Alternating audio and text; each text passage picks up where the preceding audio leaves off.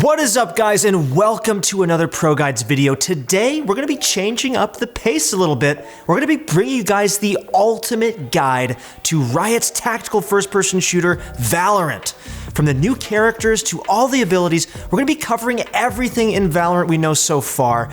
And if you guys are as excited as I am for Valorant, then you need to subscribe to our newest YouTube channel, ProGuides Valorant. We'll be uploading tons of breaking news, tips, tricks, and more. So click on the button up here or there to subscribe. And as always, our question of the day, what excites you most about Valorant?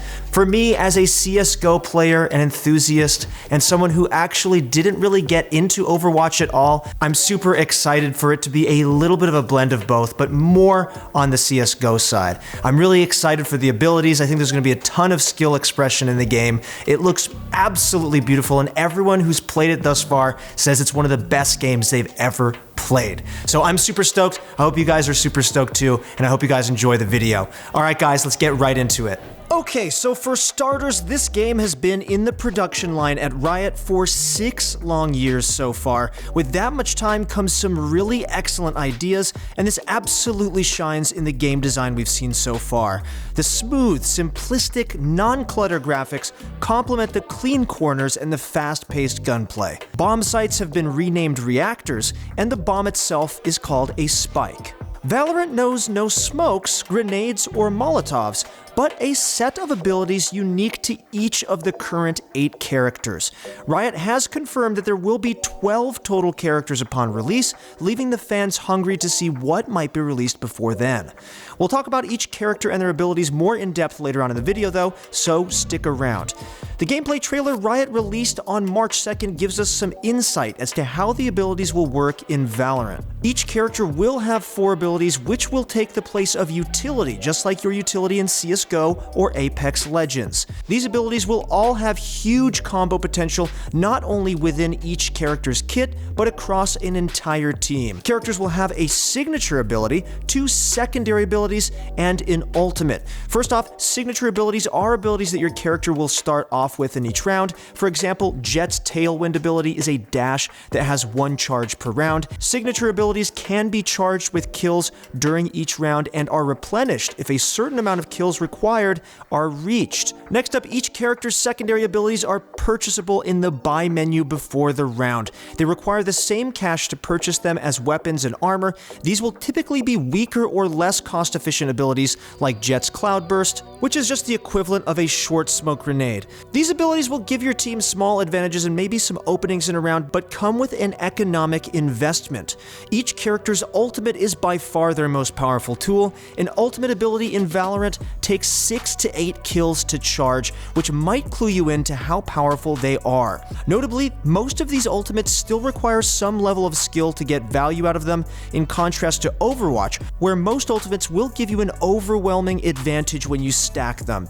Riot has placed heavy emphasis on the gunplay being the most important aspect of Valorant. They want their game to be balanced in the sense that no one ability can end a round as soon as it's used. Personally, I really like this way at looking at balancing a game, as there will be a stress on being skillful with your ability usage instead of just spamming them, and that was one of the biggest problems I had with Overwatch. One interesting thing to note about the signature abilities is that not all of them recharge with 2 kills. Some of them, such as Sage's Healing Orb, are on cooldown. They recharge on their own after using them. This could be a mechanic exclusive to the support class characters opposed to the aggressive characters like Jett, who need 2 kills to recharge her signature.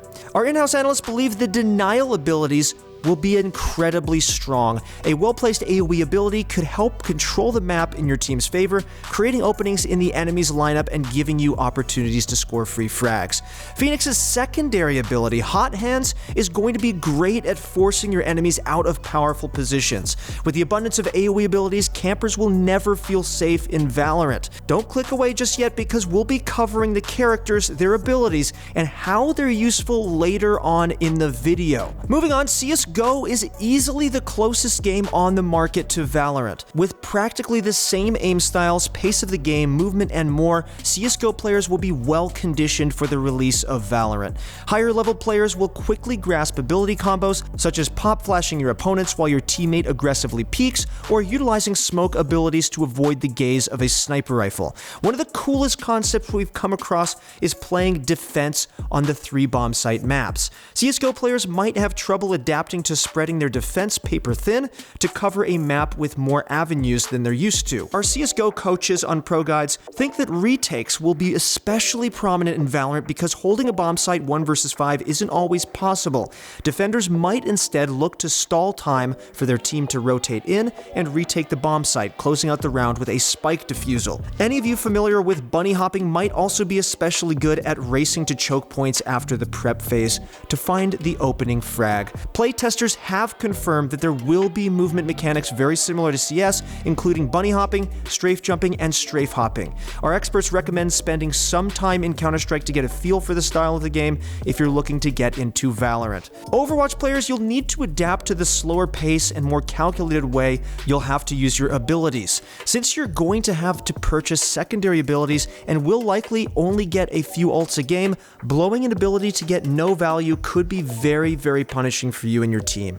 Knowing the perfect time to use your ultimate can oftentimes mean the difference between a won and lost round in Valorant. Ultimate management will be a huge thing, which is something Overwatch players will have to get experience with. Not only will ult tracking be a very valuable skill, but coordinating ability and ultimate usage will ensure your team stays ahead in the economic battle. This is pretty familiar to League of Legends players as well. Tank and healers might want to learn a hit scan DPS like McCree or Widowmaker to prepare for the aim-intensive Valorant, which may prove to be a challenge to those without refined aim. Tracer mains who practice their aim should have a pretty reasonable time adjusting to Valorant. An important thing to note is that there are no ultimate counters we've seen so far, so holding your ultimate in hopes of a reactive play is something you probably won't find in this game. Sorry, Zenyatta and Lucio players. And of course, Mercy's Resurrect is reborn in Valorant as Sage's ultimate. Our experts predict that this ability will be an extremely powerful one at all levels of play and won't be too difficult to make effective. And finally, the last game we'll be comparing Valorant to is Apex Legends. If you play ranked in Apex,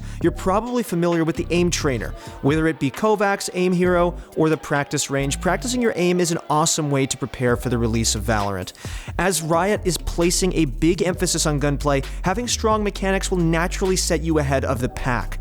Apex players will be quick to grasp the ability usage, as Apex abilities are often viewed as teamfight utility rather than spammable damage output. If you've played the new Legend Reverent, you'll love the Valorant characters Phoenix and Omen. Both of their ultimates loosely resemble that of Reverence. We'll cover those ultimates later in the video though.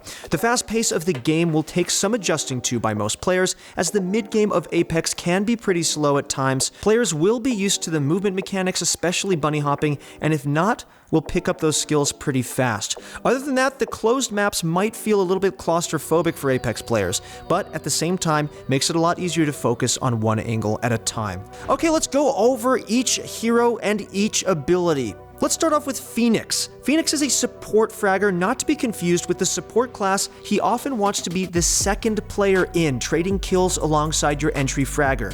Phoenix's signature ability is Curveball, which is a powerful curved flashbang. It can be thrown with a left curve or a right curve. This ability can set up free kills for your entry fragger if coordinated well. This is also why Phoenix doesn't want to be the first one in, because it'll probably be hard to flash for yourself with curved flashes. His secondary abilities are Hot Hands and Blaze. Hot Hands throws a fireball that explodes after a delay or upon impact with the ground, leaving a burning area below the explosion. The fire zone damages enemies and heals you. This is a powerful tool for area denial and forcing enemies out of powerful positions, such as tight corners or head glitches.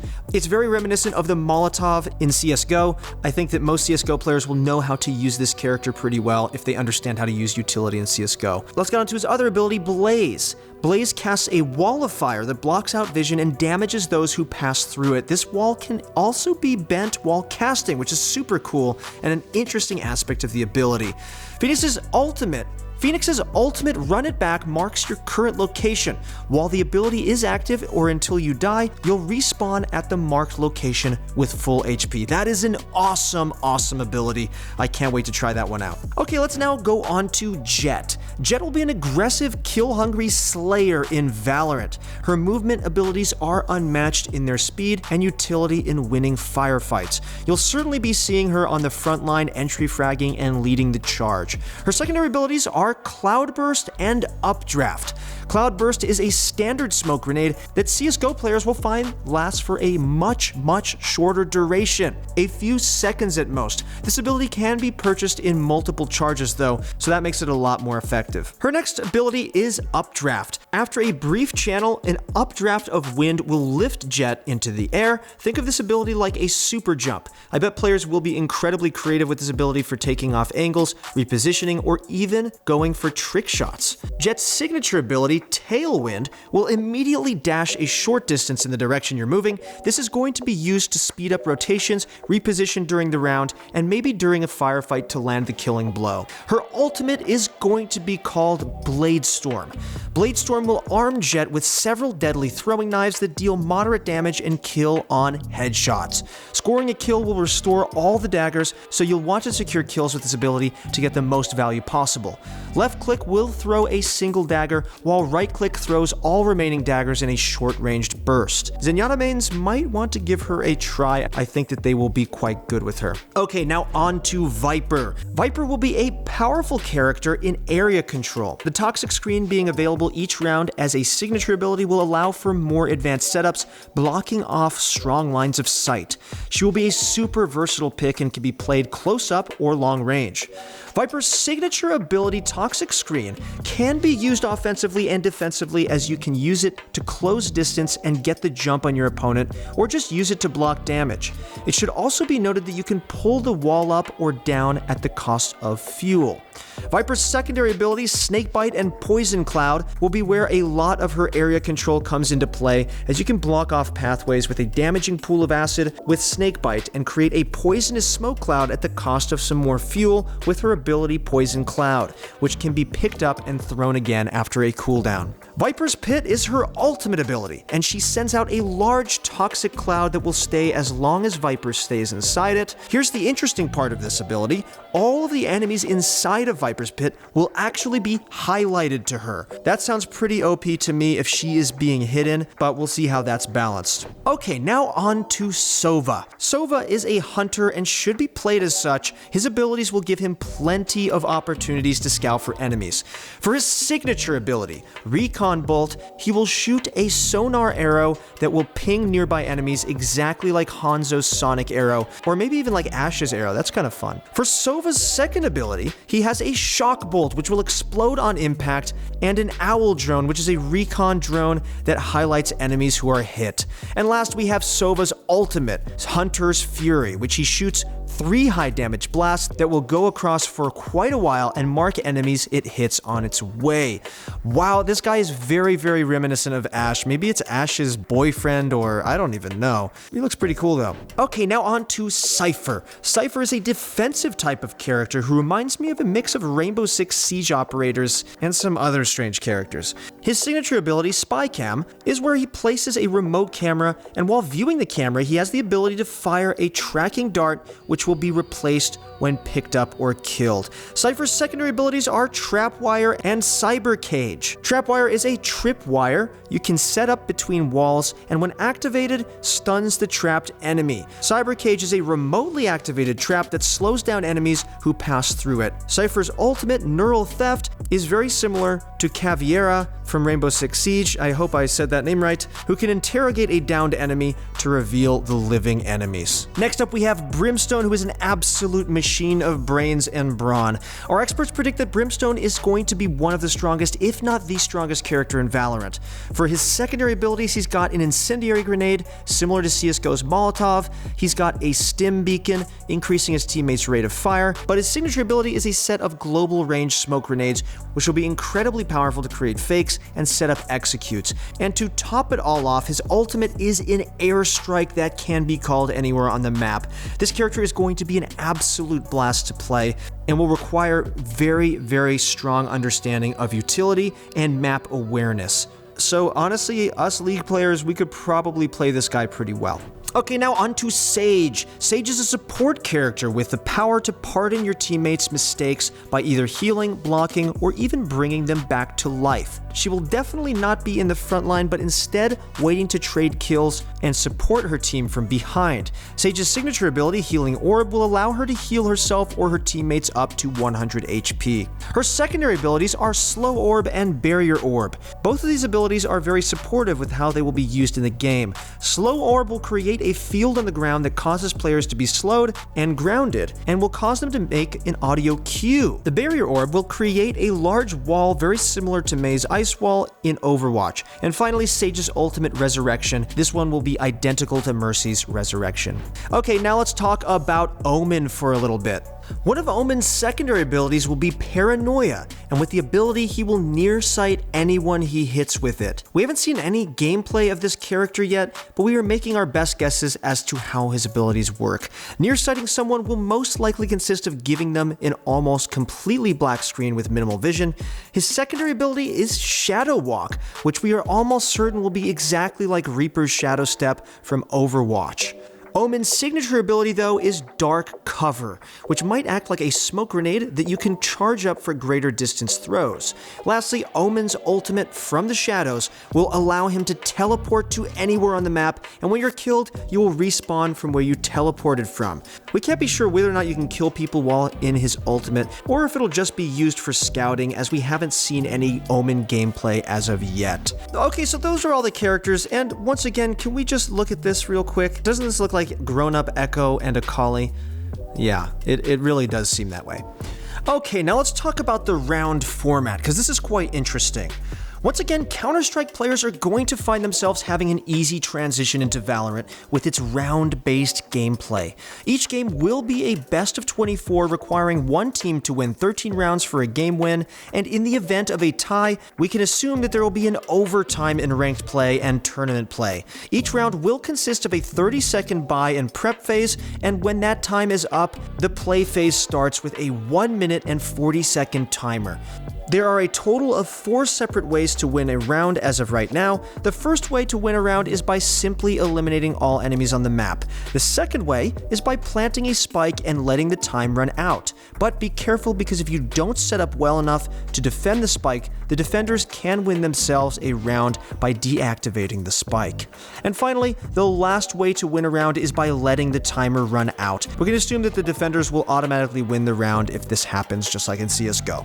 Okay, now let's take a look at the maps. Even though we haven't gotten every corner of every map, Valorant has made a bold statement with its map design. With Counter-Strike map creator Volcano working with Riot to create beautiful no-cluster maps, you'll notice that a lot of the interesting visual detail is outside of the main combat zones. Frequently, map art is placed above a choke point or outside the playable area. This is purposefully done to keep combat clean and keep unnecessary detail from interfering with the game. Volcano and his team have managed to execute this so well that the maps are still beautiful and interesting without being too cluttered. Moving on to the layout of the maps, we can see that they are intentionally designed around their major choke points. The maps have 2 to 3 reactors or bomb sites with routes on either side and usually a middle lane. Valorant will be all about fighting over map control, especially at major choke points and bomb sites. Choke points serve as great natural cover for both teams to fight at, but tends to favor the defending team. Through use of smokescreen abilities and careful positioning, chokes will be easier to push through than ever before in a shooter. The tools at the disposal of the attackers will help to neutralize defenders' advantages and keep the playing field level. High ground seems very valuable on the defending side, almost always a strong angle to take fights with. On 3 reactor maps, though, the defenders will be spread thin to cover as many choke points as possible. However, if they let an attacker slip by, it could turn into a devastating flank. Being in the enemy backline, or even them being aware of the possibility, is a great way to apply pressure on either side. Okay, so let's talk about how Riot is committing to the accessibility of this game. One of the most impressive things about Riot games right now is their commitment to making the game fun and accessible to all players while keeping the competitive hype real. Riot is keeping the game incredibly cheap, with Valorant being a free-to-play title, and even making the game less graphic intensive so that players with older PC builds, or toasters as we call them, can still play the game and feel competitive.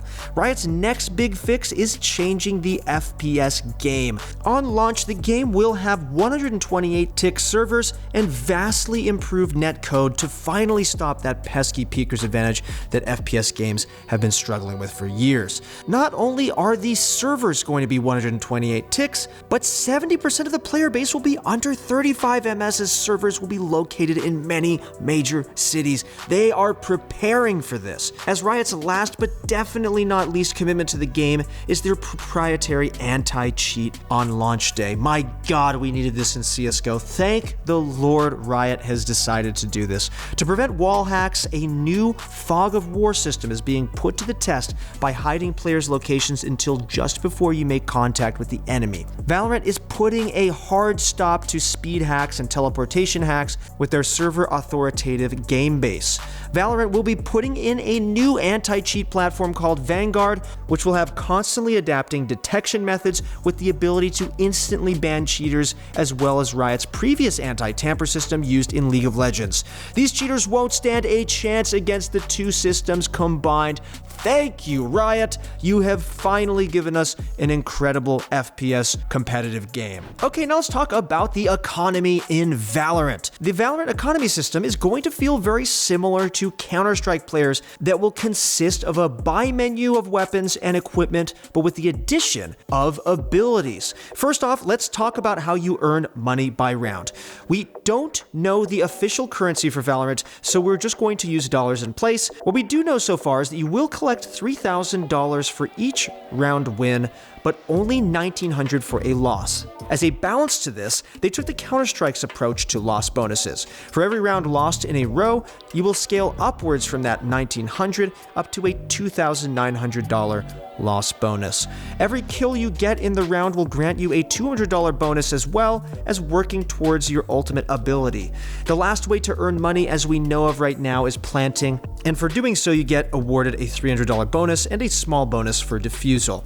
Managing your economy is going to be a huge part of Valorant, but you will have two separate economies to manage. An example for managing your ultimate economy is that you wouldn't want to use your ultimate in a fight that is already won or lost, but rather to swing a fight in your favor when it's winnable but not secured. And an example for managing your money economy is with buy rounds and save rounds, almost identical to Counter-Strike. For those of you who are interested in understanding that, you can actually go to ProGuides.com. We have a ton of Counter-Strike content on there that could help you if you guys are already pro members for League of Legends. Another tough economic dilemma will be whether or not to choose between abilities versus equipment. I have a good feeling Overwatch players will sway towards choosing abilities, while Counter-Strike players will probably focus on buying equipment. With the buy menu being a similar setup to Counter-Strike's, almost all players will have an easy transition into navigating the menu. I can't wait to see how many games will be swayed based on teams' abilities to buy together and manage their ultimates.